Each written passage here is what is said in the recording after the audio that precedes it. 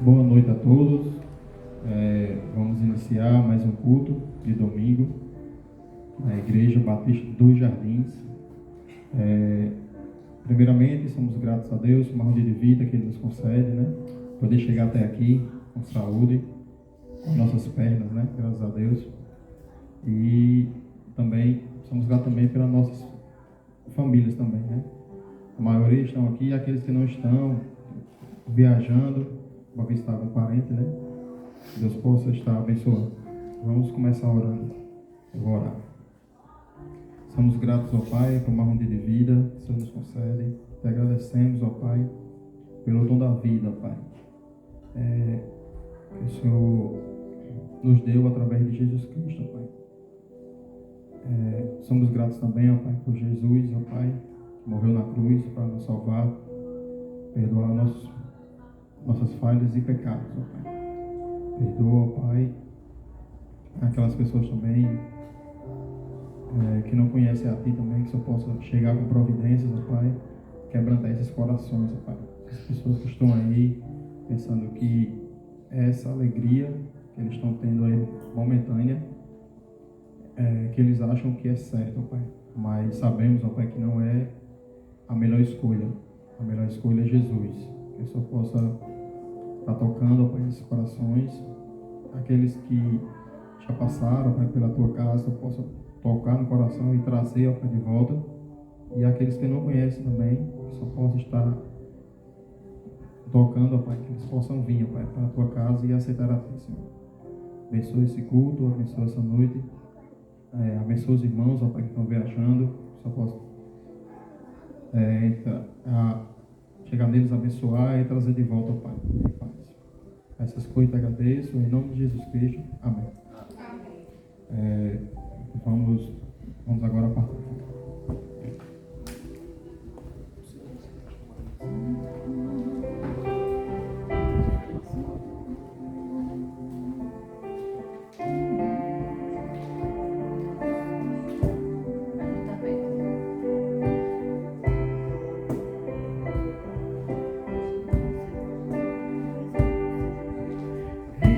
Sobre nós seu sopro,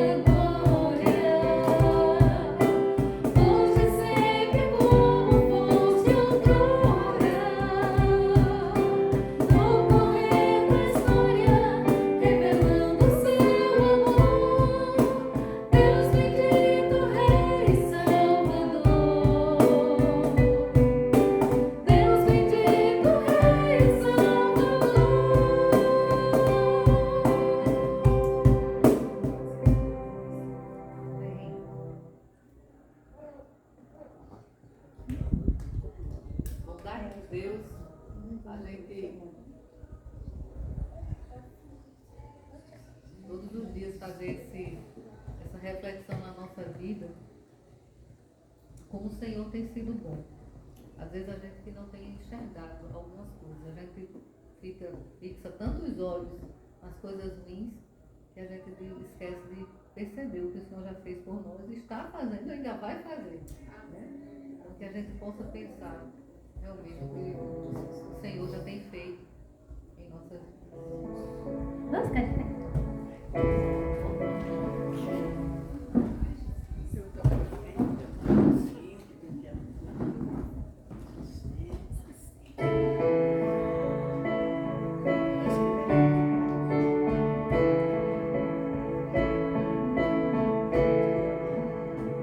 Te amo, Deus, tua graça nunca falha. Todos os dias eu estou em tuas mãos. Desde quando me levanto até o meu deitar, eu cantarei da bondade de Deus. És fiel em todo o tempo, em todo o tempo tu és tão bom. Com todo o fôlego que tenho, eu cantarei da bondade de Deus. A doce voz que me guia em teu fogo, na escuridão, tua presença me conforta. Sei que és meu Pai, que amigo és, eu vivo na bondade de Deus. És fiel em todo o tempo, em todo o tempo tu és tão bom. Com todo o fôlego que tenho, eu cantarei da bondade de Deus. Tão fiel em todo o tempo, em todo o tempo tu és tão bom. Com todo o fôlego que tenho, eu cantarei da bondade de Deus. Tua bondade me seguirá, Senhor. Tua bondade me seguirá, Senhor. Eu me rendo a ti, te dou o meu ser, entrego tudo a ti. Tua bondade me seguirá, Senhor. Tua bondade me seguirá, Senhor. Tua bondade me seguirá, Senhor. Eu me rendo a ti, te dou o meu ser, entrego tudo a ti. Tua bondade me seguirá, Senhor. És fiel em todo o tempo, em todo o tempo tu és tão bom.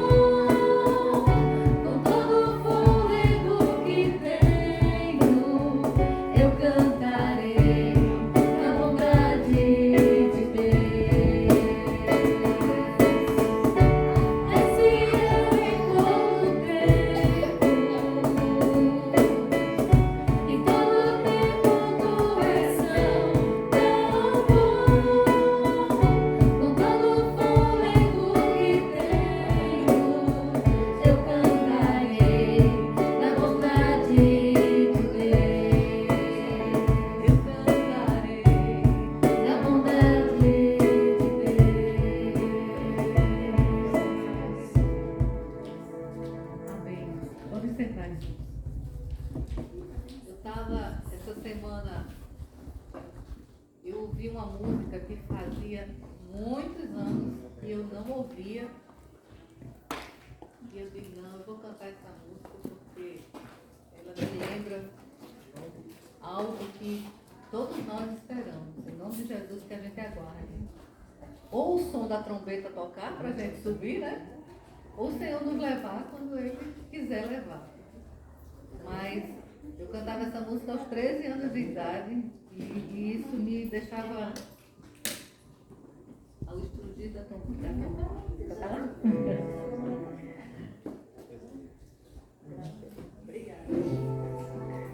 Isso tocava muito meu coração, né? E que a gente possa, no coro, ele é tão fácil, apesar de ser um hino que bem antigo, mas música não envelhece, né? Música é sempre nova. E o coro só diz assim: glória, glória, aleluia, o meu nome ouvirei Jesus chamar. Glória, glória, aleluia, eu espero ouvir Jesus a me chamar. Você tem esperado ouvir o Senhor chamar você a subir? Sonho com isso. Todo mundo está sonhando com isso, né? Então vamos lá.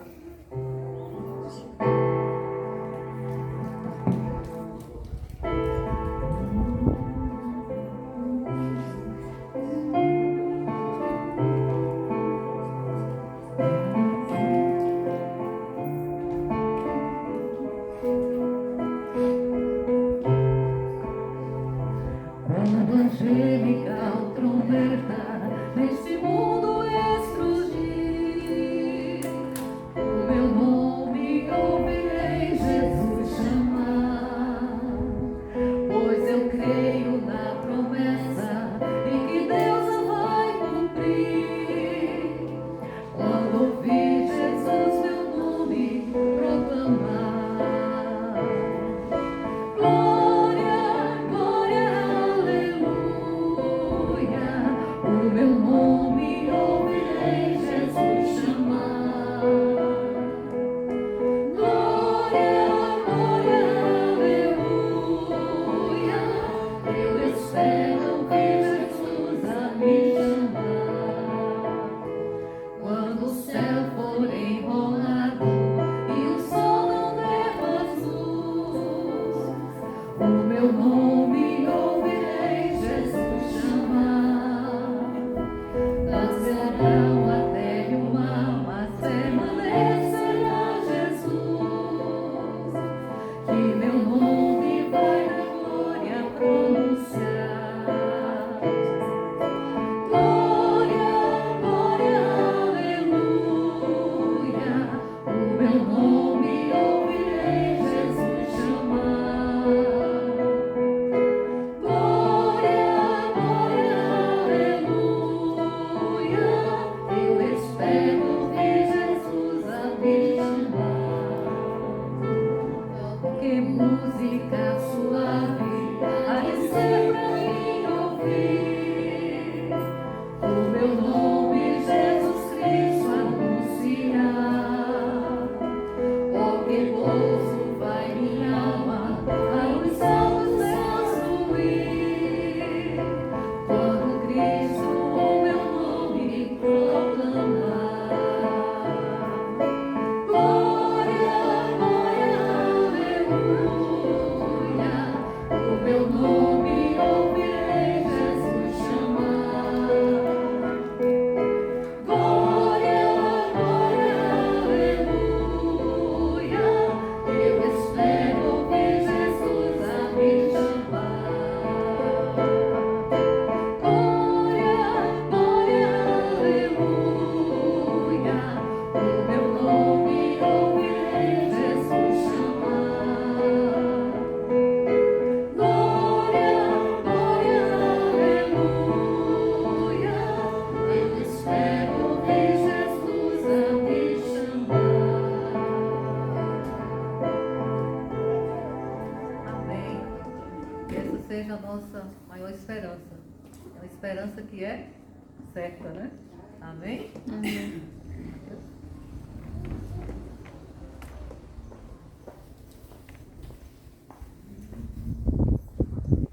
Irmãos, agora uma leitura no Salmo 136. É uma graça para fazer essa leitura.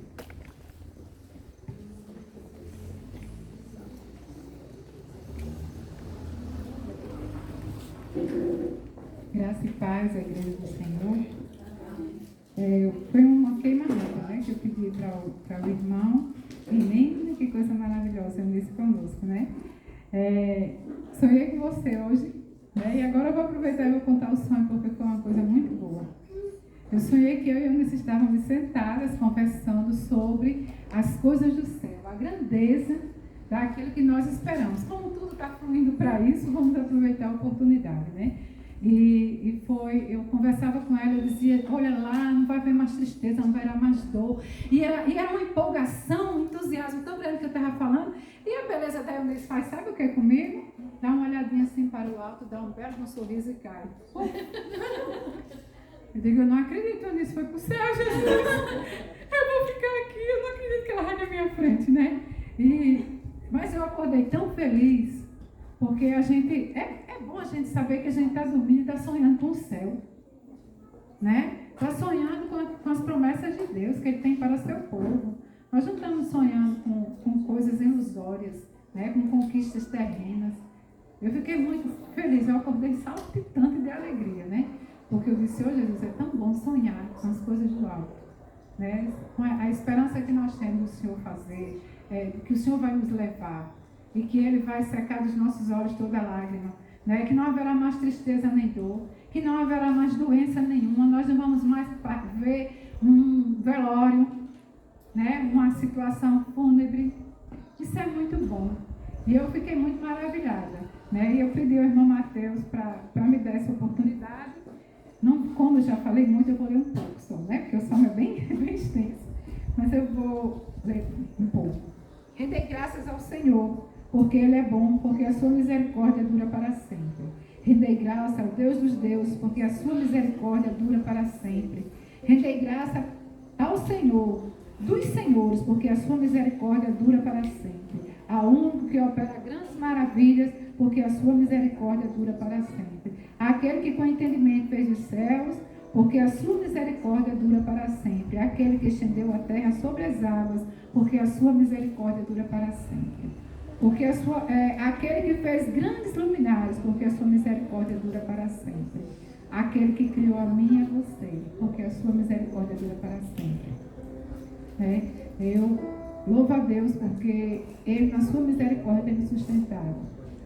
Eu sou grata a Deus, eu tenho sido grata, eu tenho pedido ao Senhor que me faça mais grata, né? Porque às vezes as lutas vêm, as adversidades vêm e a gente esquece, como a irmã Jane disse, a gente esquece o alvo, né? Olha para a dor, para as aflições, para as dificuldades e esquece de ser gratos pelas grandes coisas que o Senhor já tem nos feito.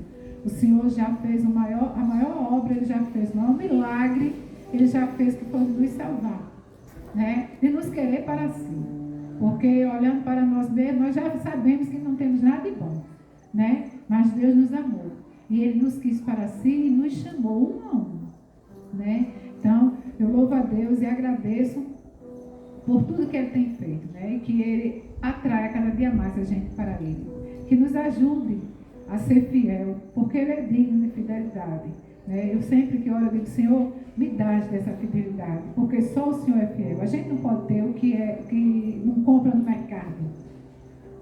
Os atributos de Deus você não encontra em qualquer lugar, você só encontra nele. E eu fico pedindo ao Senhor, o Senhor nos dá fidelidade, compromisso, responsabilidade no teu reino, na tua obra, porque o Senhor merece.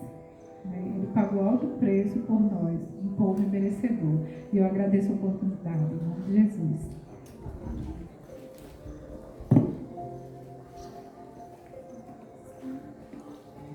Obrigado, irmã Graça. Agora mais uma parte do louvor e após isso o pastor Filho com a palavra.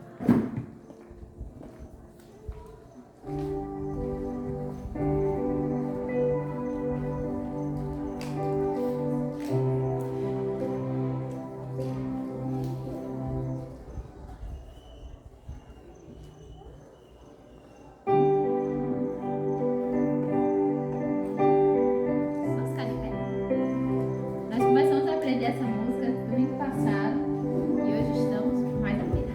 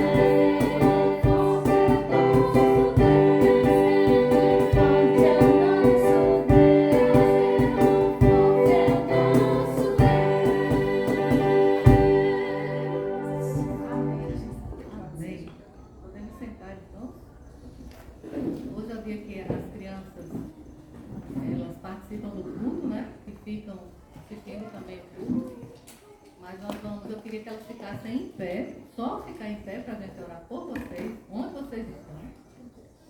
Né? Ficar em pé, porque a gente tem um tempo para orar por vocês. Fiquem em pé as crianças. Vamos lá?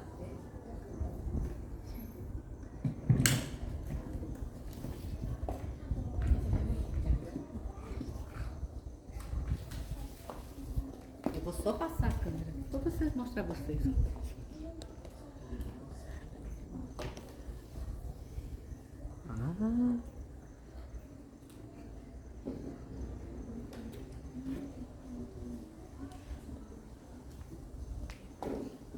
Então vamos orar pelas crianças? Vou pedir para a Andressa, pode orar, Andressa, por favor? Senhor, meu Deus e Pai, graças te damos ao Senhor por esse dia, Senhor. Dia esse que o Senhor preparou, Senhor, para buscarmos, Senhor. Estarmos aqui reunidos, Senhor, como igreja em tua casa. Pai, neste dia, nessa noite, eu entrego a ti, Senhor, a vida dessas crianças, Senhor. Peço que o Senhor os guarde, Senhor, os livre de todo mal. Que o Senhor dê, Senhor, conceda sabedoria a seus pais, ó Senhor, para orientá-los, ó meu Deus, no caminho que eles devem andar, buscá-los, ó Senhor, a buscar a Ti, Senhor, e a Te seguir, Pai. Eu apresento, Senhor, a vida de cada um deles, peço que o Senhor coloque diante deles, Senhor, as pessoas certas, e que eles jamais venham se desviar, Senhor, do Teu caminho, Pai. Essa oração que eu te faço, com o coração grato, Pai, pela vida deles, Senhor, e assim te oro, em nome de Jesus, amém. Amém.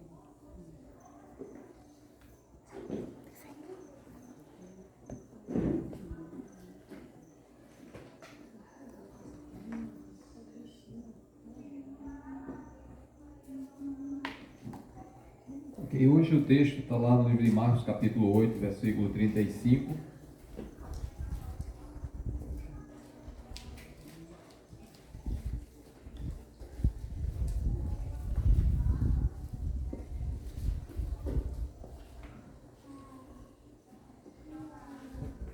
Estamos seguindo aí nesta grande viagem no livro de Marcos.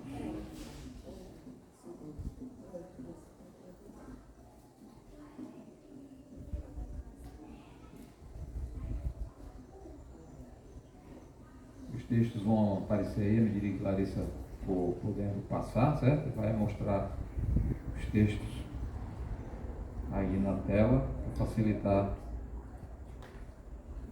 a vida da gente.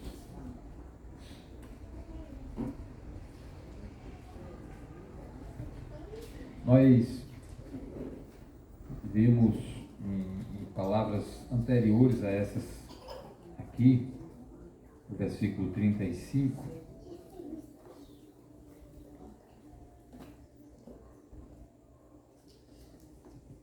que Jesus apresentou alguns requisitos ou algumas condições para o Messias.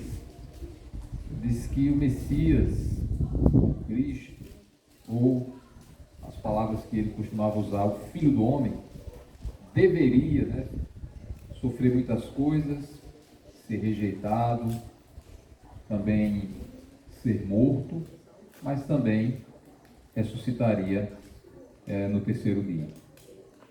Foi tentado várias vezes a fugir, a sair desse plano, desse projeto de Deus. E ficou firme. Continuou firme nisso aí. Em seguida, Jesus chama os apóstolos, os discípulos dele, que estavam mais próximos, e também um grupo de pessoas que estava mais afastada, que a gente chama de multidão, né? Tem uma multidão lá afastada. E Jesus também convoca essa multidão. Isso nos dá um sentido de importância naquilo que ele vai falar, que não era mais dirigido apenas aos apóstolos, os 12, mas que deveria ser ouvidas essas palavras por toda a multidão, dada a grande importância dessas palavras que ele iria falar. Então a multidão é convocada, aí no verso 34, que é o versículo anterior aí, para ouvir as palavras de Jesus, e ele coloca também umas condições ou uns requisitos para o discipulado, para serem discípulos de Jesus. Muitas pessoas o seguiam, é bem verdade, mas o discípulo aqui não é só aquele que segue do ponto de vista geográfico, né? Jesus vai para lá, foi para o lado do mar, as pessoas vão seguindo, vão para outra cidade, as pessoas vão seguindo. O discípulo não é isso. As pessoas muitas vezes estavam seguindo Jesus em busca de serem beneficiadas por alguma coisa, um milagre que ele fazia, e isso despertava o interesse de muitas pessoas, né? De curas, né? E tudo mais. Então isso era realmente despertado nas pessoas. E agora Jesus vai falar sobre algo meio paradoxal. O paradoxo é uma coisa que dá uma impressão de ser incoerente, né? E esse paradoxo tem a ver com vida, né? O versículo, na verdade ele tinha falado das condições, né? Os discípulos dele tinham de se negar a si mesmo, tomar a sua própria cruz e segui-lo. Chegamos resumidamente nesses 3 passos, em que envolve obedecer a Deus, abrir mão dos seus pensamentos para se moldar aos pensamentos de Deus. O que é que Deus quer? A minha vontade é abrir mão da minha própria vontade. E em virtude disso pode até passar por alguma situação constrangedora de vergonha, por isso que ele fala da cruz, mas em compensação vai estar na companhia dele. Siga. Então o discipulado passa por isso. Não parece ser uma coisa tão trivial. É necessário fazer conta, é necessário fazer um cálculo na hora da pessoa dizer assim: eu sou um seguidor de Jesus, eu quero ser um discípulo de Jesus, eu sou um crente. Tem que fazer uma conta antes. Tem que saber que primeiro eu tenho de abrir mão das minhas vontades próprias e me moldar à vontade de Deus, colocar Deus acima de qualquer coisa. E isso pode eventualmente trazer vergonha, trazer humilhação, trazer sofrimento, perseguição. Tem que fazer a conta para ver se vale a pena entrar nisso. Qual é a diferença? A diferença é que vai ter um resultado glorioso. Siga-me, né? Lá no final estará comigo. Essa é a grande diferença, é o resultado final. A gente mostrou que os caminhos do mundo, os caminhos que Satanás apresentam algo glorioso de imediato, sem sofrimento, mas ele não apresenta os efeitos, as consequências eternas da oferta dele. E as pessoas estão seguindo o caminho que Satanás está oferecendo. Muitas pessoas estão fazendo isso. E agora Jesus começa a falar, depois que ele convoca a multidão e ainda está lá, o contexto é o mesmo. Jesus continua a falar: quem quiser, pois, salvar a sua vida, perdê-la-á, e quem perder a vida por causa de mim e do Evangelho, salvá-la-á. Ele fala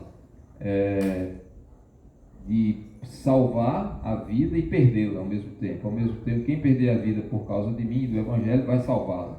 Então ele faz uma espécie de um jogo de palavras aí, usando esse perder e ganhar. Nós precisamos entender o que Jesus quer dizer com essas palavras, e para poder entender nossa vida, para a gente fazer uma análise daquilo que é a nossa vida, e também mostrar que essa oferta de salvação vem seguida de alguns efeitos, né, algumas consequências na vida. Nada é assim tão trivial, tudo tem algo a se pensar, a se calcular. O desejo da vida é uma coisa interessante, né? Todos nós temos um desejo de viver, todos nós queremos viver.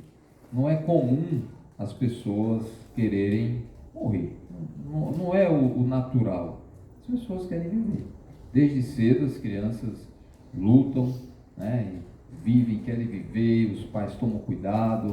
Vai cair, presta atenção para não cair, para não se machucar. A gente tenta se proteger para não se machucar. Eita, olha o carro, não vá para a rua não, pode passar um carro, não sei o quê. Para não machucar, para a pessoa não se ferir, para não perder a vida. As pessoas tomam remédios, os homens buscam meios de curar doenças para tentar prolongar a vida. Há quem busque até um jeito de viver indefinidamente aqui nessa vida, né? De modo a fazer. Teve uma época que se falava muito em clones, né? Não, vai fazer um clone da pessoa para ela se perpetuar, aquela coisa toda. Essa busca da vida é muito intensa e cada dia mais se buscam meios de se prolongar e de se proteger mais a vida, né? Ainda que muitos queiram matar aqueles que são indefesos, né? Mas a ideia da vida, de querer viver, é uma coisa que está intrínseca na pessoa, no ser humano, de querer viver. Mas Jesus está olhando o seguinte: existe uma outra vida que está em jogo aqui, que as pessoas talvez não se deem conta. Tem algo que está além daquilo que nós enxergamos no nosso dia a dia. Do ponto de vista científico, né? Talvez a ciência fala um pouco disso, mas tenta rechaçar qualquer coisa que não seja possível provar, né? Que há a existência de alguma coisa além dessa vida aqui. Há quem já esteja admitindo essa possibilidade, mesmo sem ter uma prova pelos métodos científicos existentes atualmente. Por exemplo, o mundo, de uma maneira geral, aceita que se homenageie alguém que já morreu. Desde quando você encontra rua, tem o nome de alguma rua aqui? Rua de um deputado fulano de tal, foi alguém notório naquela cidade, naquele lugar. Rua Olavo, né? Tem nomes de pessoas. Essas pessoas normalmente já partiram, mas mesmo assim deixaram algum tipo de imagem que foi positiva e o município, o estado, resolveu homenagear a memória dela. De alguma maneira é como se tivesse assim: olha, fulano, nós estamos homenageando você. Mesmo que ele não esteja percebendo isso, né? Que o morto não tenha mais isso. Mas de alguma maneira tem essa sensação de que está homenageando, de alguma maneira você está prestigiando aquela pessoa lá. Então, a sociedade, de uma maneira geral, mesmo incrédula, assim, mesmo sem absorver o conhecimento da Bíblia, tem essa noção, né? Então, mas a Escritura fala uma coisa. Eu falei que já existem cientistas que estão buscando, estão compreendendo que há alguma coisa além. Por exemplo, existem algumas experiências que são relatadas a médicos de pessoas que estavam lá doentes lá, tal, foram tidas como mortas por algum tempo, ou quase mortas, é isso que eles chamam de experiência de quase morte, e depois de algum tempo, essa pessoa acaba retornando. Depois do tempo que eu digo, não é 3 dias, 4 dias, 5 dias, minutos, né? E a pessoa retorna. E depois essa pessoa relata algumas coisas que são que trazem algum tipo de confusão. Alguns relatos são confusos, outros são surpreendentes e trazem um alerta para os médicos. Por exemplo, ele diz o seguinte: a pessoa, quando está ali naquela situação de quase morte, ela está com os hormônios já tudo destroçado, né? As coisas estão funcionando não muito bem, acaba tendo um tipo de alucinação, mesmo que ele volte, a pessoa volte, ela vai relatar que teve algumas imagens, viu algumas coisas. Aí o hormônio voltou? Oi? E o hormônio voltou? Não, ele se desequilibrou, né? Aí equilibrou, As coisas, assim, aí volta, milagre. mas é que eu estou dizendo, existe essa experiência real que já se constata, né, na medicina. E que outras, agora qual é o mais complicado dessa história para o cientista? O cientista é sincero, né? Alguns desses casos, a pessoa relata coisas que aconteceram em outra sala, que não teria como a pessoa saber e que aconteceu de verdade. E a pessoa relata isso. Então, existem alguns casos assim, que trazem Aí os médicos ficam curiosos, mesmo ele sendo muito cético, né? Muito cético, diz assim, não, eu só aceito pelo método científico as coisas. Mas acontece coisas desse tipo. E aí deixa todo mundo surpreso. E aí, o que foi isso? Como é que a pessoa poderia ter sabido disso se ela estava aqui mortinha da Silva, né? Então, é complicado. Então, existe essa tendência. Mas a Bíblia já fala alguma coisa acerca da existência humana. Ela diz que Deus criou o homem. Ótimo, até aí do barro, e em algum momento Deus disse que você é pó e ao pó voltará, até aí está tudo certo, que a gente já vê essa realidade do nosso dia a dia. Só que tem uma coisa, na criação Deus soprou nas narinas do homem, e lá diz que o homem passou a ser uma alma vivente. Aí já mudou tudo, as coisas já mudaram. Aí o homem já começa a ter uma alma, não somente o pó, não somente o corpo, mas ele tem uma alma. E aí é onde faz a diferença. Então, o Antigo Testamento, inclusive o Novo especialmente, ele realmente trabalha com essa existência, com esse fato da existência de algo que é permanente, que não se acaba com a morte física. A alma, ela perpassa a vida terrena aqui. Então a morte não mexe com a alma, ela não mata a alma. O homem, a alma dele passa pela morte e continua viva. Então isso é que é interessante. Tem um texto.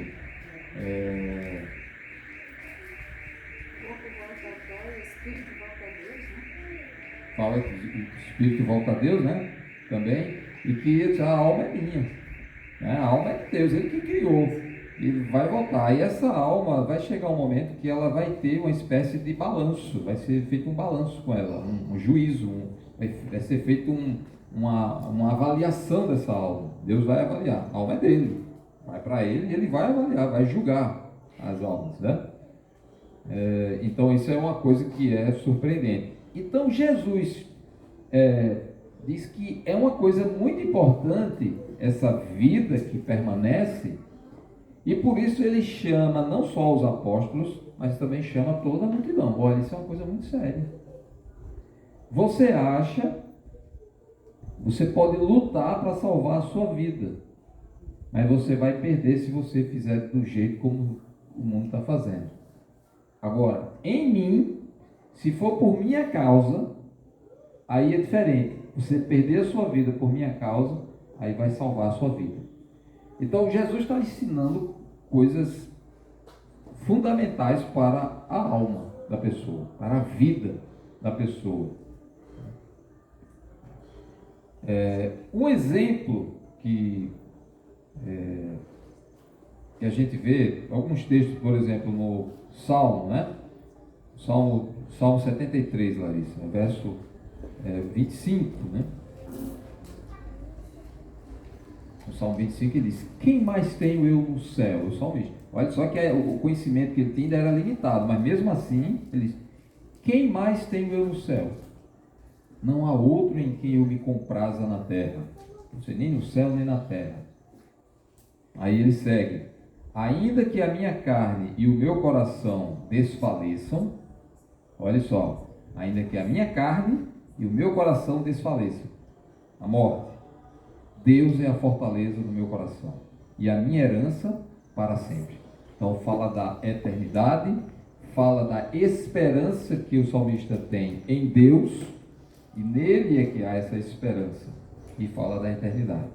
O Salmo 63 também diz algo parecido. Ele diz: porque a tua graça é melhor do que a vida, os meus lábios te louvam. A tua graça é melhor do que a vida. Então esse assunto já era levantado pelo salmista no passado. A graça de Deus é melhor do que a vida. Ora, o que significa isso? A vida, se as coisas acabam com a morte, se na hora que o pó voltar ao pó acabou tudo, por que essa preocupação? Por que ter essa preocupação com a graça de Deus? Por que ter essa preocupação em louvar a Deus? Por que ter essa preocupação em adorar a Deus? Em viver uma vida tranquila, santa, em obediência a Deus? Por que havia essa preocupação? Porque essa vida de que eles falam aí, pode ser uma vida limitada, a vida terrena, mas existe algo que ultrapassa tudo isso, que vai além disso tudo. E é essa a preocupação, ele diz, então a graça de Deus, a bondade de Deus comigo é melhor do que a vida. Aí eu posso perder a minha vida por conta de Deus, porque a graça dele me alcança, a graça dele é maior, é melhor, e ele vai me dar algo que é eterno. Está notando o valor que ele está dando à graça de Deus e não simplesmente à vida? Está dizendo que é para as pessoas buscarem a morte aqui, não é isso que está dizendo. Mas está dizendo que a graça de Deus, que é necessária para nós, porque o homem é pecador, o homem destrói a sua própria vida, mas se Deus é gracioso conosco, eu não preciso ganhar a vida com as coisas que eu desejo ou com as coisas que o mundo diz que é o melhor para você alcançar. Vamos ver isso com mais detalhe num exemplo aqui. Está dizendo que Deus, é melhor ter Deus na vida. É melhor ter Deus na nossa vida, porque isso vai fazer a diferença para a eternidade.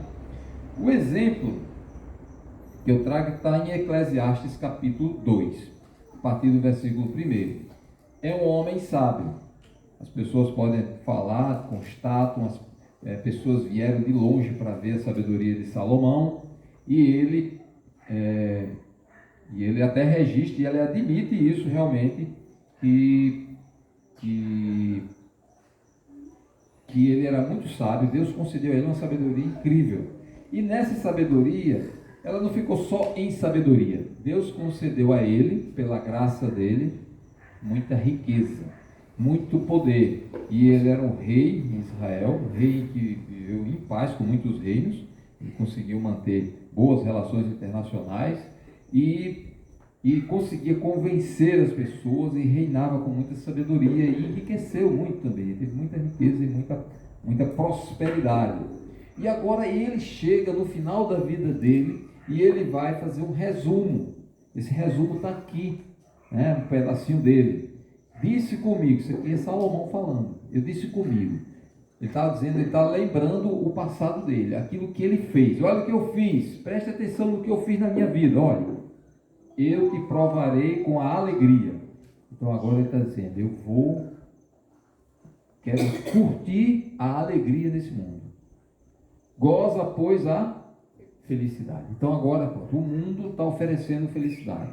O que você acha que o mundo oferece? Uma felicidade? Alegria? Ou não? Oferece não? Esse período agora está uma alegria. Por exemplo, Por exemplo, o período atual, que as pessoas, a televisão começa a divulgar, a internet divulga. Por exemplo, olha, isso aqui é uma coisa boa, venha curtir, venha ser feliz, venha ser alegre, venha aproveitar a vida nesse grande momento.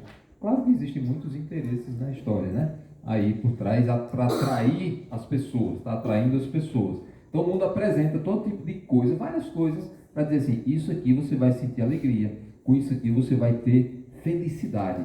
São as ofertas que o mundo está apresentando para o homem, para todos nós, Aí ele disse, eu vou curtir isso. Eu resolvi. Ele era rico, poderoso, ele podia fazer isso. Ele disse, agora eu vou resolver, vou aproveitar o que o mundo está oferecendo de alegria. Naquela época, Hoje não tinha tecnologia e os recursos que hoje estão disponíveis aí. E ele disse, o que está disponível para eu curtir de alegria, eu vou. Por favor. Mas também ele já dá o resumo aqui. Também isso era vaidade. A vaidade aqui significa inútil, em vão, não me serviu. Mas vamos ver detalhadamente, por favor. Do riso, disse, é loucura, e da alegria, de que serve? É o resumo também. Puxa vida, essa alegria toda, esses festivais, essas festas, essas coisas todas que eu estou curtindo no resumo, ele diz, de que me serve isso? Próximo. Resolvi no meu coração dar-me ao vinho. Pronto, aí ele procurou a bebida. Procurou a bebida. Parece com as coisas de hoje? As pessoas não buscam. Olha as propagandas ofertando todo tipo de coisa. Isso aqui, olha, chega no supermercado, é a parte talvez mais bonita e mais arrumada que você encontra. É essa seção aí, né, das bebidas. Bem tão arrumada, tão legal. Cheias de Né? promoções. Promoção, todo tipo de coisa, né? E eles, pronto, agora é o vinho. Porque o vinho era a bebida mais comum naquela época, né? Que ele viveu aí. Então, era a coisa que ele buscava. É isso que o mundo está ofertando. Isso é alegria, meu amigo. Venha curtir a felicidade aqui. Aí ele foi, então eu vou me dar o vinho. Eu posso, eu tenho dinheiro, tenho poder, eu posso comprar todos os vinhos, posso curtir todas as festas. Quando tiver festa, eu vou. E eu vou curtir isso aí. Regendo-me, contudo, pela sabedoria e entregar-me à loucura. Até ver o que melhor seria que fizessem os filhos dos homens debaixo do céu durante os poucos dias da vida. É como se ele estivesse testando.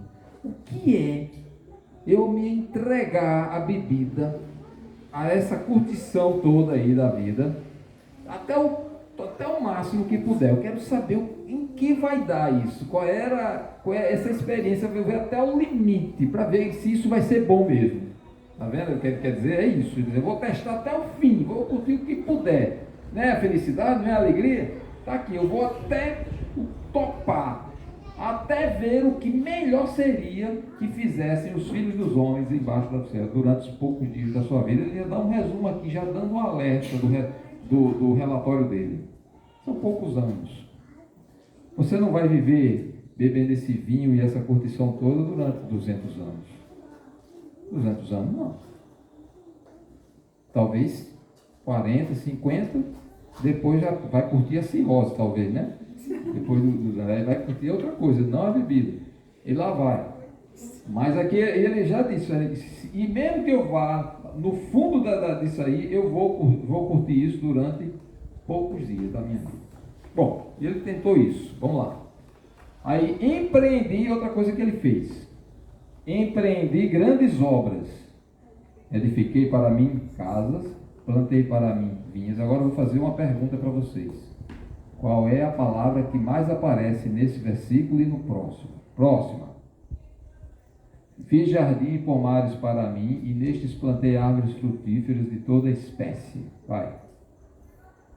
Fiz para mim açudes, para regar com eles o bosque em que reverdeciam as árvores. Comprei servos e servas. Pronto. Nesses versículos anteriores, qual a palavra que mais apareceu? Mim. Comprei para mim, fiz para mim, fiz o jardim para mim. É tudo para eu curtir, para a minha satisfação, né? Então ele empreendeu grandes coisas. Foi um grande homem empreendedor e fez muitas coisas. Tinha o poder, tinha a riqueza e se enveredou nisso aí, certo? Depois ele disse, olha, eu fiz casa, plantei vida, ele fez grandes obras. Para que tipo? Não foram prédios assim, mas mesmo assim tinha casas, né? Palácios talvez ali, edifiquei casas, plantei vinhas, certo? Grandes obras para o contexto da época, né? Pomares, árvores frutíferas de toda espécie. Acho que ele queria fazer o Éden, né? Naquela época lá. Açudes, olha só, não é uma coisa boa, né? É errado, vinha, não é errado, açude, não é errado, obra, casa, não é errado, mas tudo era para mim, para eu curtir, para eu me, né, e me beneficiar da fama também, né, a fama também, para regar com eles o bosque, que mais? Comprei servos, aí vai o poder econômico, né? Servos e servas, e tive servos nascidos em casa. Também possuí bois, ovelhas, mais do que possuíram todos os que antes de mim vieram em Jerusalém. O mais rico de Jerusalém. Nunca teve ninguém igual a ele. Aí ele juntou, olha, fama, bebida, né? Bens. Amontoei também para mim prata e ouro.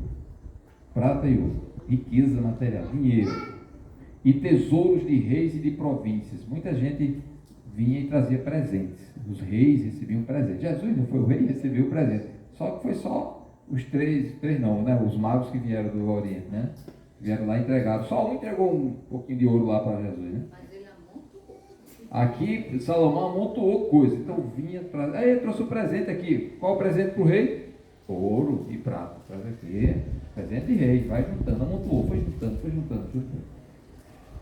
Da área de reis e de províncias. Provime aí, cantores e cantoras das delícias dos filhos dos homens.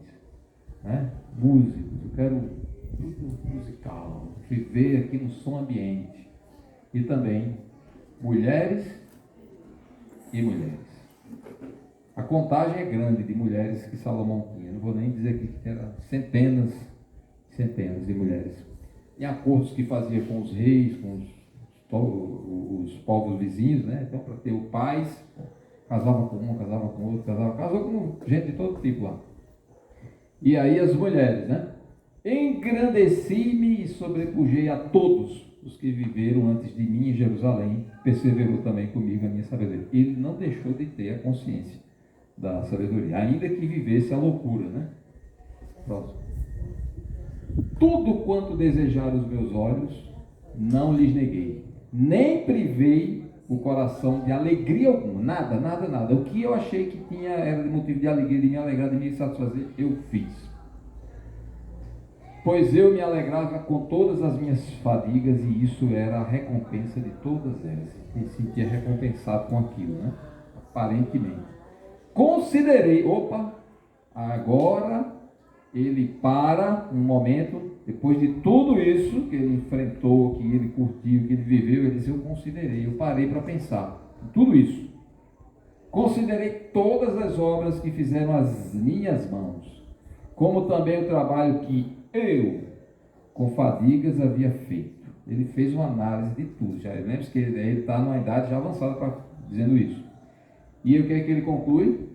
E eis que tudo era vaidade, e corria atrás do vento, e nenhum proveito havia debaixo do sol. Imagina o homem velho, já com toda essa riqueza, e agora se aproximando do dia da morte, e toda a riqueza lá. Alguns, no Egito, por exemplo, pensavam que podiam levar a riqueza consigo, né? Porque no outro mundo ia precisar daquele ouro, não sei o quê. Mas acho que ele viu que isso não ia servir de nada, não ia servir para mais nada. E as mulheres que tinha também, ele já não conseguia mais nem chegar perto. E tudo que ele havia feito, ele não tinha mais controle de nada. Vamos perdendo. Porque já estava chegando o dia final. A morte faz a pessoa pensar. Há alguns, né?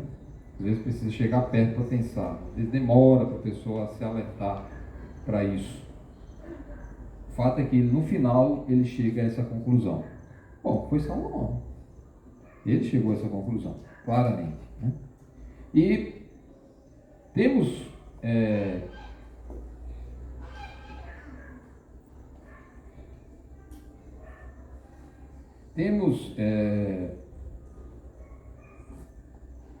então Jesus alertando para alguma coisa, voltando para o nosso texto, né?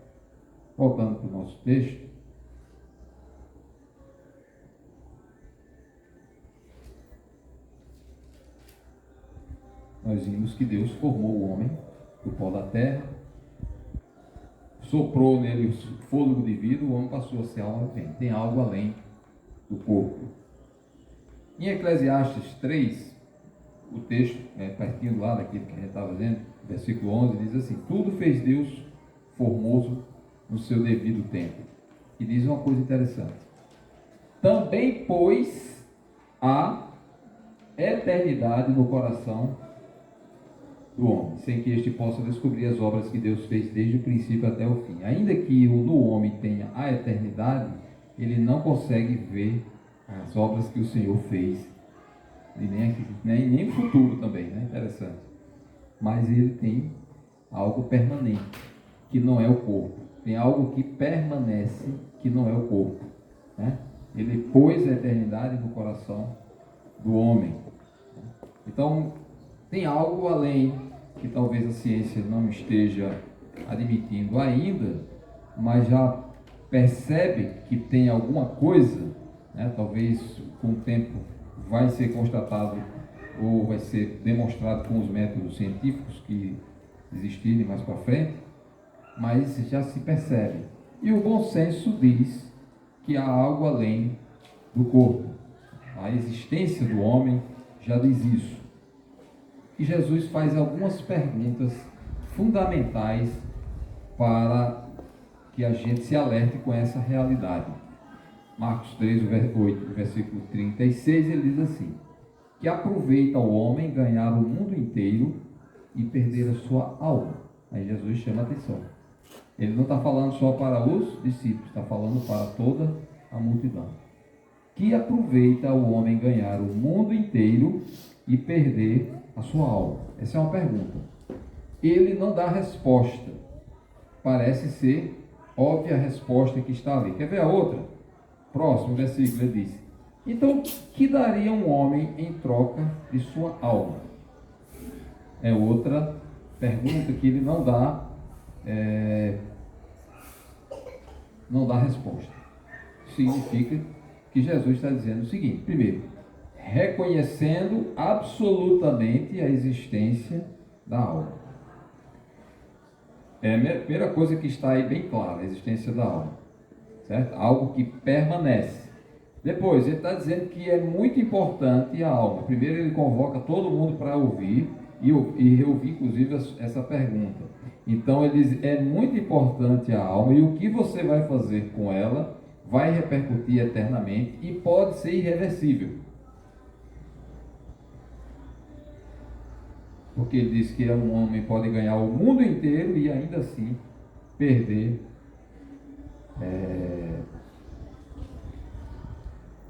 a sua alma.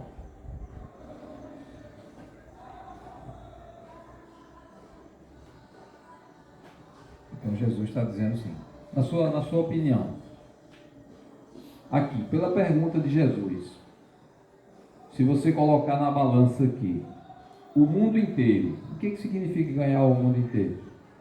Olha o exemplo de Salomão. Ganhar o mundo inteiro é o exemplo de Salomão. Curtir a vida toda, ter dinheiro para fazer empreendimentos, ter boas relações internacionais, conhecer muita gente, ter muitos amigos, muita riqueza, curtir a vida do jeito que quiser, ter muitas mulheres. Esse é o mundo inteiro. Agora, a outra coisa que ele está colocando aqui é a alma da pessoa. Colocando na balança o mundo inteiro e a alma da pessoa. É a alma de todas as pessoas aqui, que você acha?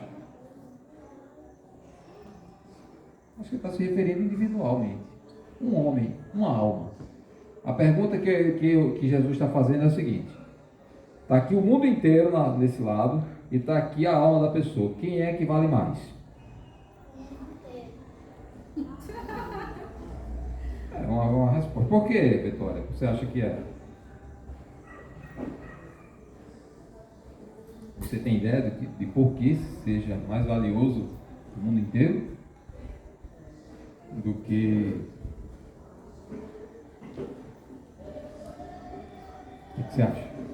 O mundo inteiro é mais valioso do que a sua alma? Peraí, que ela pode estar pensando que são todas as pessoas e uma pessoa só. Tudo bem. Vamos seguir em frente, né? Foi que Jó disse quando perdeu os bens dele. Ele disse: nu eu saí do ventre da minha mãe e nu voltarei. Eclesiastes 2, Salomão diz: vais à casa eterna. Então, Jó está dizendo: eu não vou levar nada. Vou levar nada. Salomão disse: tudo isso foi vão, vai dar. Até porque ele não ia levar nada também daquilo. E toda aquela curtição da vida dele, da juventude, das bebidas, das mulheres, da riqueza, na velhice dele, aquilo já não significava muita coisa. O camarada já está, perde sabor, não tem mais o mesmo sabor. Já está ali nas últimas, né? Para a criança entender que o mundo é isso. O mundo, Ela não vai é. o mundo é beber. O mundo é isso, a vida de Salomão: bebidas, empreendimentos, fama, né? Riqueza, mulheres. Esse é o mundo que está falando. É a pessoa conquistar as coisas. Eu vou viver para... Quando teve gente que chegou para Jesus e disse, não, Senhor, deixa eu tenho que analisar um campo ali, né? Eu tenho que fazer isso, depois eu venho te seguir. Você vai. Agora, de que adianta você conquistar o mundo todo e perder a sua alma? O correto era siga. Quando aquele homem rico chegou para Jesus, aí Jesus disse, se conhecendo tudo, né? Ele disse, agora vai, vende tudo que você tem, dá aos pobres e siga-me. É aqui que você vai ter a vida eterna. Você não quer a vida eterna? Você quer a vida eterna? Quero. Então é isso que tem que fazer. Aí ele não quis. Aí ele escolheu entre o mundo todo e a alma dele. Ele fez a escolha, né? Não quis seguir Jesus, quis a riqueza. Foi isso que Salomão disse. É besteira. Fez bobagem, né? Ele diz, vais à casa eterna. Ele já velho. É Eclesiastes que está dizendo. Quando ele fala o livro da Paixão, Cantares, ele não vai falar essas coisas. Ele está apaixonado. É só tudo beleza. É tudo maravilha. A curtição, né, da mulher da vida dele, jovem ainda, bonita e tudo. Mas ele disse, lá em Eclesiastes, já não está com aquele vigor todo. Ele disse, e a casa eterna está me esperando. Essa daqui já está se acabando, né? Vais à casa eterna. Jó garante que vai voltar nu sem nada. Mesmo a riqueza que ele tinha lá, não vai levar nada. Paulo diz, porque nada temos trazido para o mundo, nem coisa alguma podemos levar dele. Jesus disse, passará o céu e a terra, porém as minhas palavras não passarão. Esse passará o céu e a terra também tem a ver com a destruição do céu e da terra, que haverá, né? Uma renovação de tudo, né? Em 2 Pedro 3,10, o apóstolo Pedro diz, a terra e as obras que nela existem serão atingidas. Outra coisa, o dinheiro, o bem material, às vezes a pessoa conquista. Às vezes não, né? Mas às vezes conquista. E às vezes perde aquilo que conquistou. E aquilo que perdeu, ele ainda consegue reconquistar às vezes. Tem vários casos de pessoas que ficaram ricas, depois perderam muita coisa, depois conseguiram ainda reconquistar. É uma coisa bem dinâmica aí durante a vida nossa aqui. Mas existem algumas coisas que não voltam nunca mais. Perde e não tem retorno. A alma. Essa é a questão importante, porque Jesus chama as pessoas para ouvir e faz a pergunta retórica. Que aproveita o homem ganhar o mundo inteiro e perder a sua alma? Não tem volta. No mundo inteiro você pode ganhar aqui, perder acolá, ganha de novo, recupera ali, perde de novo, recupera. A alma não tem isso. Exemplo. Lucas capítulo 16, versículo 23. Começa assim. Tinha um homem que estava no inferno. Isso é Jesus contando. A realidade do pós-morte. Existe uma realidade que Jesus mostra aqui. Ele diz, no inferno tinha um homem rico, estando em tormentos, versículo 23, certo? Estando em tormentos, levantou os olhos e viu ao longe Abraão e Lázaro no seu seio. Então ele está falando aqui de uma situação. Jesus está dizendo de um homem que existiu. Alguns dizem, isso é uma parábola. Parábola ou não, Jesus está mostrando a realidade que acontece após a morte. Ele diz, olha, um homem rico, sem Deus, que conquistou muita riqueza e que tratava os outros com desprezo, inclusive Lázaro era um pobre. Ele diz, os dois morrem. Aconteceu, morreu o mendigo, que era Lázaro, e ser levado pelos anjos para o seio de Abraão. Isso aqui Jesus está contando uma coisa que aconteceu no passado, se foi fato. Se não foi fato, foi só uma parábola, está expressando uma realidade. Ele está retratando uma realidade de alguém que morre e acaba indo para o seio de Abraão, mas também tem um que morre e vai ser sepultado, não vai para o seio de Abraão. Tem dois destinos diferentes. E ali, ele diz, no inferno, aí tem um que foi para o inferno. crianças estão aqui, que seria o seio de Abraão, só para deixar claro. O seio de Abraão, como se fosse o céu, certo? Como se fosse o céu. Porque a realidade que se tinha, a crença que se tinha era que todas as pessoas que morriam no Antigo Testamento iriam para um lugar dos mortos, né? Lugar dos mortos. E nesse lugar dos mortos havia um local onde os salvos iriam, aquelas pessoas crentes em Deus iriam, e os não redimidos, né, os não salvos, iriam para um outro lugar. Se você olhar o texto aqui, diz que era longe, inclusive. Um era o inferno, o outro era o seio de Abraão. Vamos chamar aqui para clarear as crianças aqui, o céu.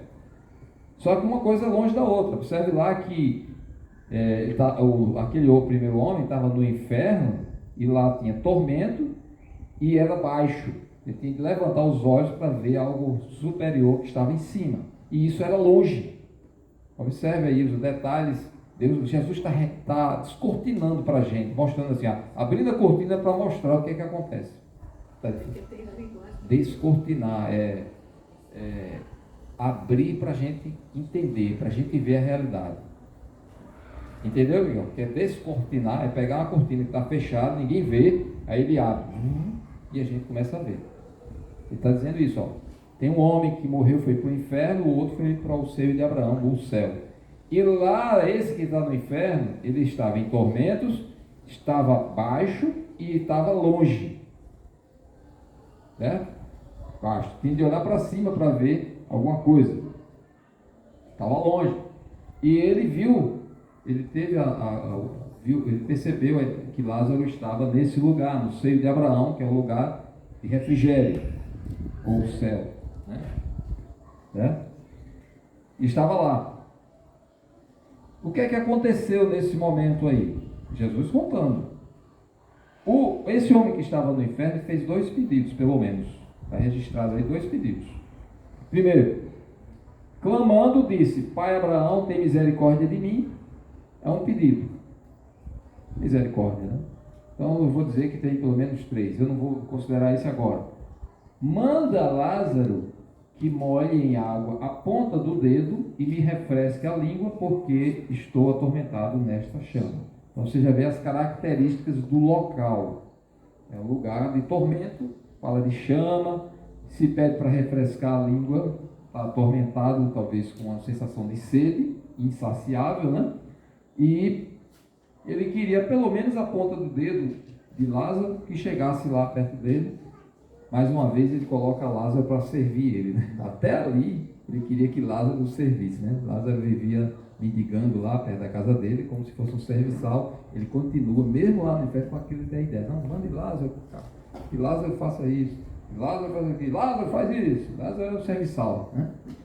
Então aqui era o primeiro pedido que ele faz, além do primeiro lá da misericórdia, né? A resposta que veio, ele diz: olha, lembre-se. Então havia a possibilidade de lembrar das coisas, e você recebeu os seus bens na sua vida. Você ganhou a sua vida. Você ganhou a vida. Você procurou isso. Você queria a riqueza. Você queria viver bem, regaladamente, feliz, buscar as alegrias e as felicidades que Salomão ensinou lá no passado e disse que era vaidade. Lembra? Lembre de Salomão, que disse que isso tudo era vaidade, essa busca desenfreada, esquecendo da sua alma. Você esqueceu da sua alma. Você não deu conta de que tinha algo permanente em você, que ia perpassar a morte, e que dependia do seu ato, o resultado de tudo isso. Você esqueceu da sua alma, você quis só as coisas da sua vida. Você quis ganhar a sua vida. Aí o que é que Jesus está dizendo? Quem ganhar a sua vida, quiser ganhar se esquecendo da alma, vai perder. Foi esse o ensino de Jesus. Foi o que aconteceu com esse homem rico, não tem nem o nome dele. Só que Lázaro não ganhou a vida como se esperava, ganhar a vida de sucesso, êxito, tal, a riqueza, aquela coisa toda, mas ele se preocupou com a alma dele, por conta da salvação dele. Ele tinha recebido os males, é perseguido. Jesus não disse também? Os que vão seguir, ele tem de levar a cruz, às vezes tem de levar a cruz. sofrer alguma coisa, perseguição, males, etc. Porém, aqui ele está consolado por tormentos. Então, aqui, esse primeiro pedido foi negado. Foi o primeiro pedido negado. E ele pediu isso, e ele fez um segundo pedido. Né? O primeiro pedido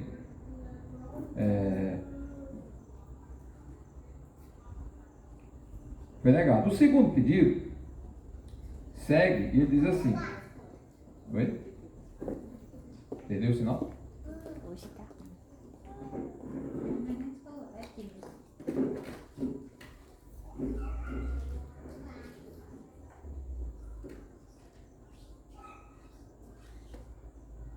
O segundo pedido foi o seguinte, ele disse, então faça o seguinte, já que não dá para fazer isso, porque o próprio Abraão disse que não era possível que Lázaro pudesse passar para aquele lugar onde ele estava, não teria essa possibilidade. Então, ele também não pede para subir para o lugar onde Lázaro está. Não pediu. A única coisa que ele pediu é misericórdia para que pudesse pelo menos aliviar a sensação que ele tinha. Mas ele diz, isso não vai ser possível. Não tem como essa ligação. Né? Ele diz, está posto um grande abismo entre nós e vós, de sorte.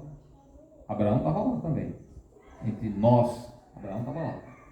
De sorte que os que querem passar daqui para vós outros não podem nem os de lá passar para nós. É claro que isso aqui é hiperbólico, né? Uma coisa exagerada. É uma comparação extrema, para dizer assim, não tem a menor chance. Mesmo que alguém daqui queira ir para aí, quem que quer? Quem querer? Que absurdo. Né? E se é que as pessoas iam ver, né? Não está dizendo que Lázaro viu, não. Quem viu foi ele, Lázaro lá.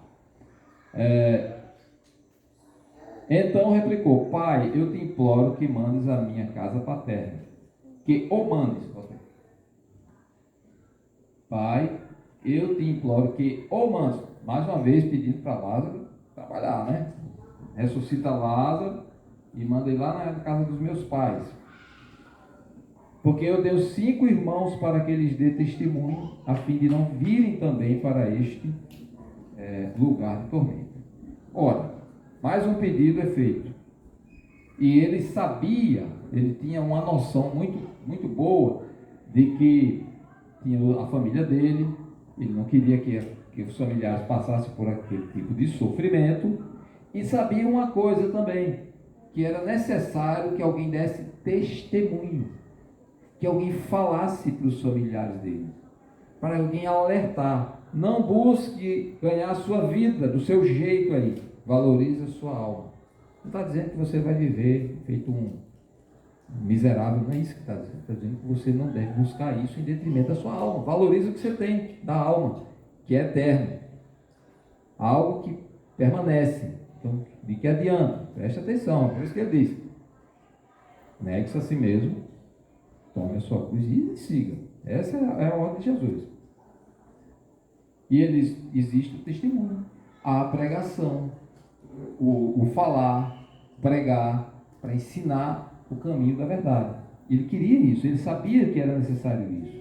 Né? Paulo diz que a fé vem pelo ouvir, e o ouvir pela palavra de Deus. Olha, a palavra de Deus de novo aí. Né? Precisa que...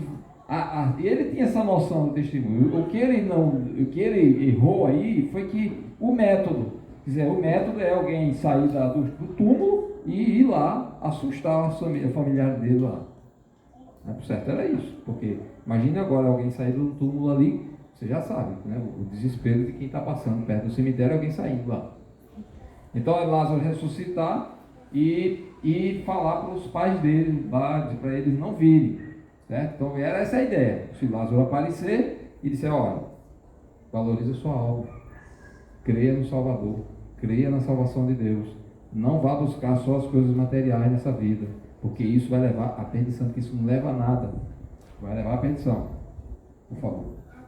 Aí veio a resposta: eles têm o quê? Moisés e os profetas, ouçam-nos. Ora, Moisés estava vivo naquela época? Não. os profetas estavam vivos naquela época? Talvez um ou outro ali, mas se aconteceu depois de Malaquias, foram 400 anos sem profeta nenhum. Só veio João Batista depois. Os profetas aqui está se referindo a quem? Moisés. Moisés, a lei, Gênesis, Êxodo, certo? Aqueles livros. Os profetas, Isaías, Jeremias, Malaquias, Ezequias, Ezequiel, Moisés, Daniel, certo? Naum, Obadias, Miqueias, são os profetas. Está lá a palavra de Deus. O testemunho da palavra de Deus vai dizer o que você deve fazer. E ali eles vão ser salvos se seguirem a palavra de Deus. Testemunho é esse. Não simplesmente um morto aparecer e acabou. Jesus ressuscitou. E nem todo mundo acreditou. Veio com poder lá, aquela coisa toda. Só aquelas testemunhas lá. O túmulo estava lá vazio. Nem os sacerdotes quiseram acreditar. Sabiam que realmente alguma coisa tinha acontecido. Os soldados também, certo? Que estavam vigiando. Ressuscitou. E mesmo assim, deveria ter havido o quê? Nos sacerdotes todos, uma revolução lá, uma mudança radical, uma transformação em todos eles, uma conversão geral de todos. Com o tempo é que eles foram se convertendo, alguns sacerdotes, vários sacerdotes se converteram depois. Mas naquela hora, depois da ressurreição de Cristo, não foi imediato não. Precisou muito do testemunho dos apóstolos com o tempo. Eles têm Moisés e os profetas. Ouçam. Então foi essa a resposta. Eles não tinham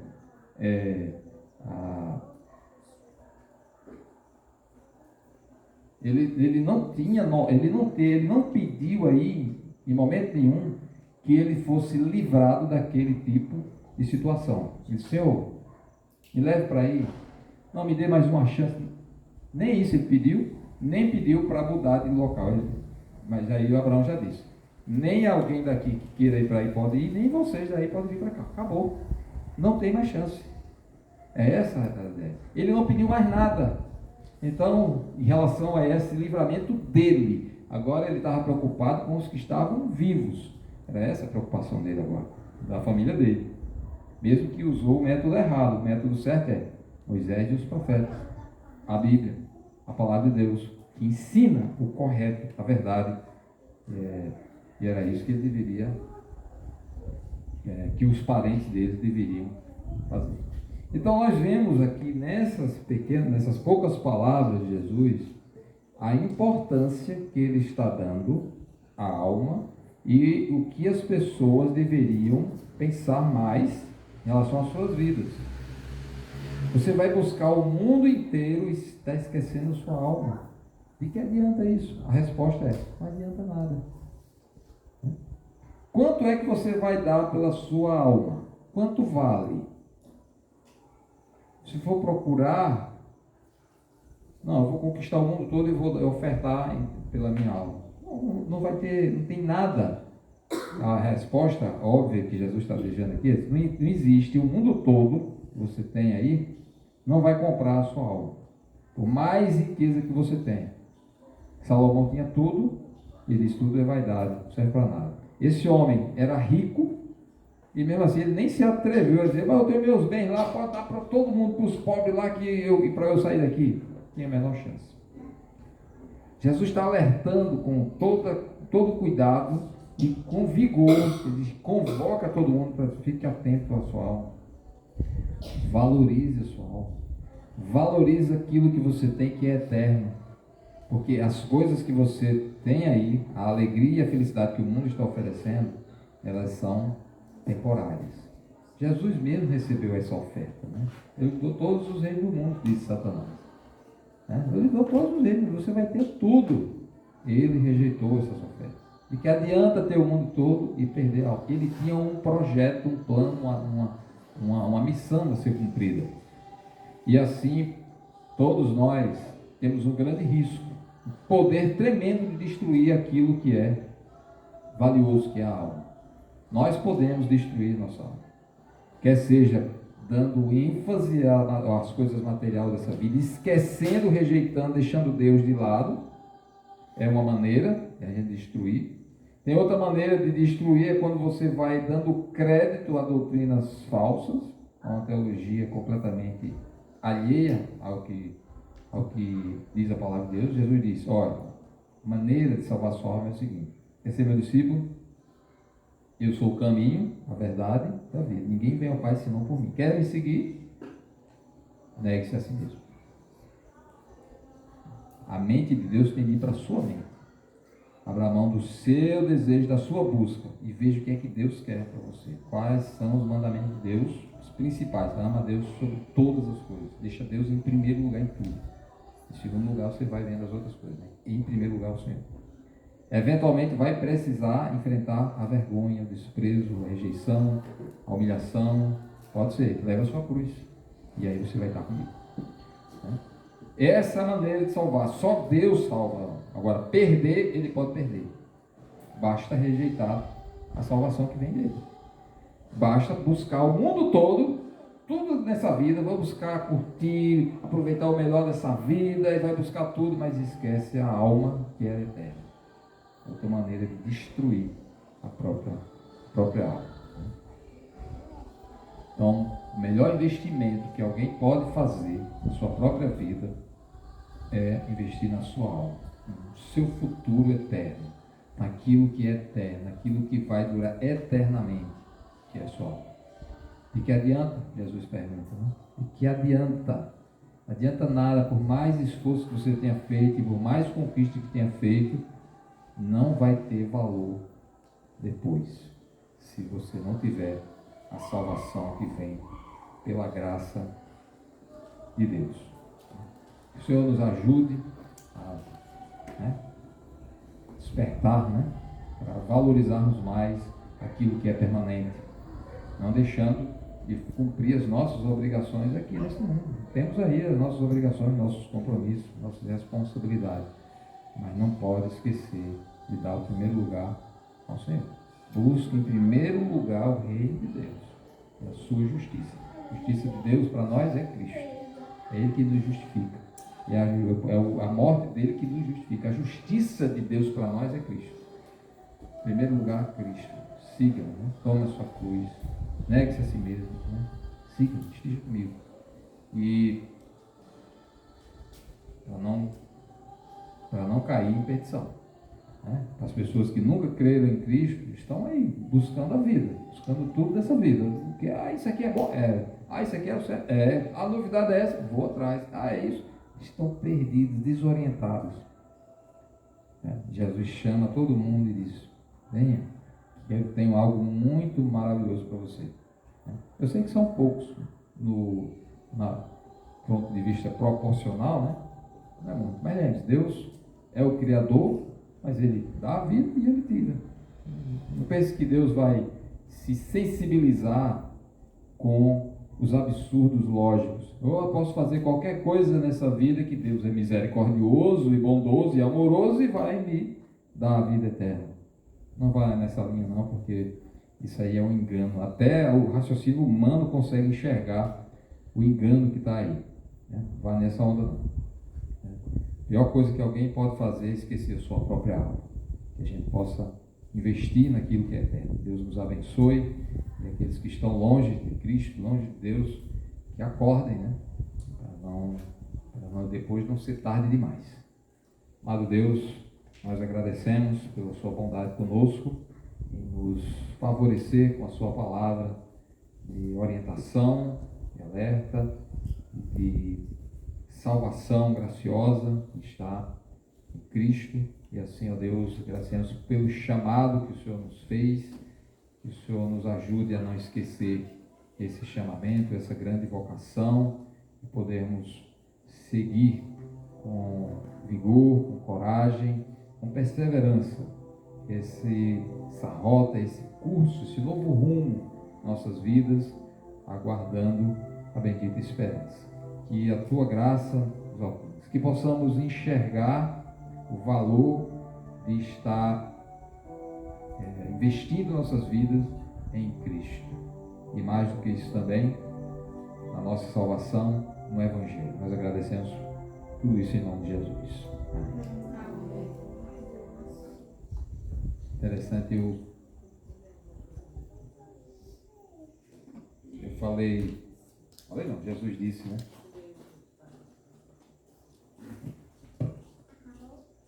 Vai acabar. Jesus disse que alguém perder a minha vida, sua vida, por causa de mim, né? Por amor dele, né? Não, por conta de Cristo, eu investi minha vida nele. Então, eu estou abrindo mão de várias coisas materiais, nesse conforto, nos confortos que o mundo traz, por conta de Cristo, né?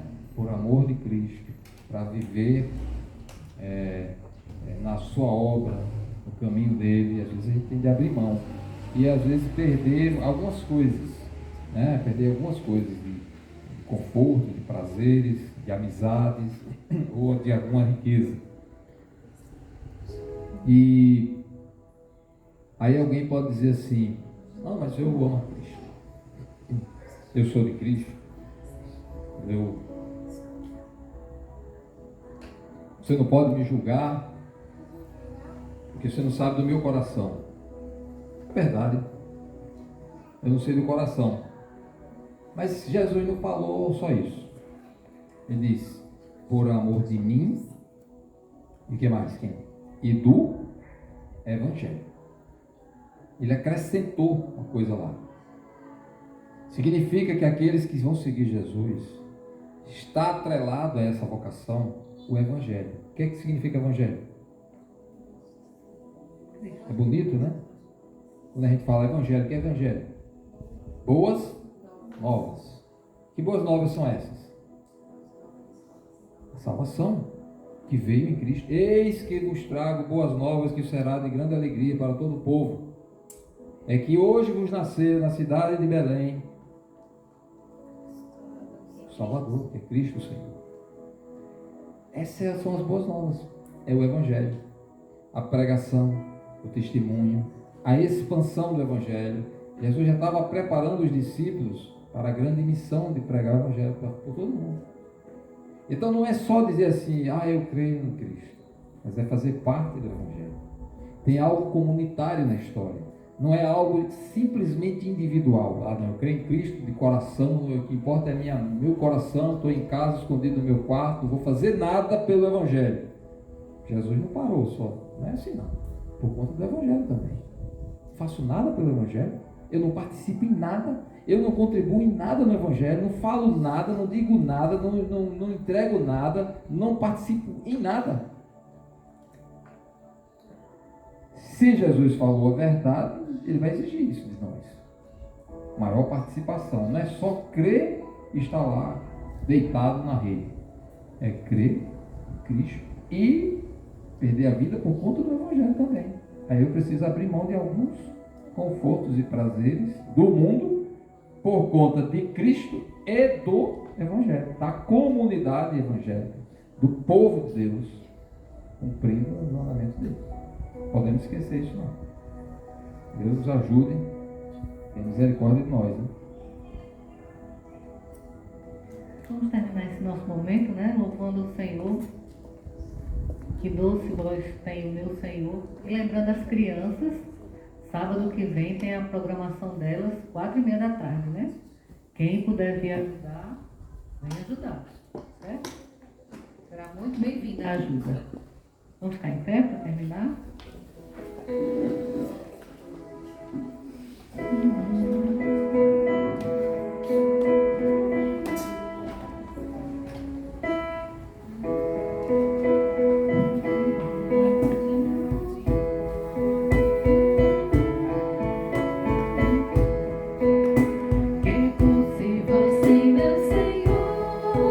Hoje amor não terra e graciosa, desde